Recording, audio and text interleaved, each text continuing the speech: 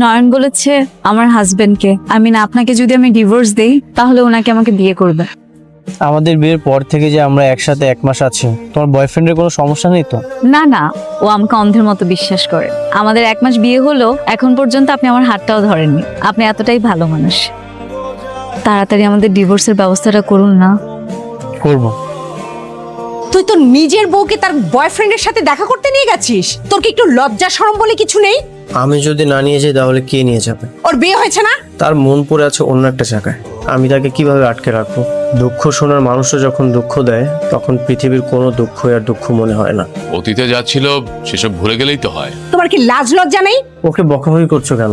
ও তো বিয়ের আগেই সবকিছু বলেছিল। তাই বলে বিয়ের পরে এইসব নোংরামি করতে হবে? বাবা, আমার ওয়াইফ কোনো নোংরামি করছে না। আমার ওয়াইফ তার ভালোবাসা মানুষের কাছে যেতে চায়, সংসার করতে চায়। এটা কোনো অপরাধ না। তাহলে তুই কি করবি শুনি?